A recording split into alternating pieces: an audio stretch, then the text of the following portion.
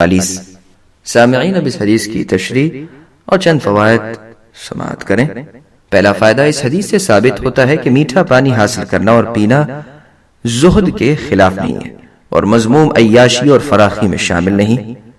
سنن نبی داؤد میں ہے کہ رسول اللہ صلی اللہ علیہ وسلم کے لیے سقیہ سے میٹھا پانی لایا جاتا تھا جو مدینے سے 2 دن کی مسافت پر واقع تھا۔ صحیح بخاری میں ہے کہ رسول اللہ ایک انصاری کے باغ میں گئے اور پوچھا، کیا تمہارے پاس ایسا پانی ہے جو رات بھر مشکیزے میں رہا ہو، ورنہ ہم منہ سے پانی پی لیں گے؟ تو وہ اپنے چھپر کی طرف گئے اور ایک پیالے میں پانی ڈال کر اور اس پر ایک بکری کا دودھ دوہ کر لے آئے۔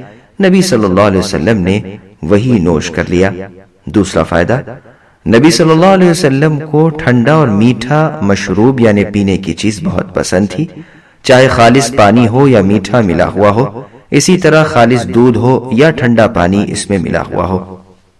سبسکرائب کیجئے ہمارے چینل اور دبائیے بیل کا آئیکن تاکہ آپ کو ریگولر نوٹیفیکیشن اپڈیٹس مل سکے۔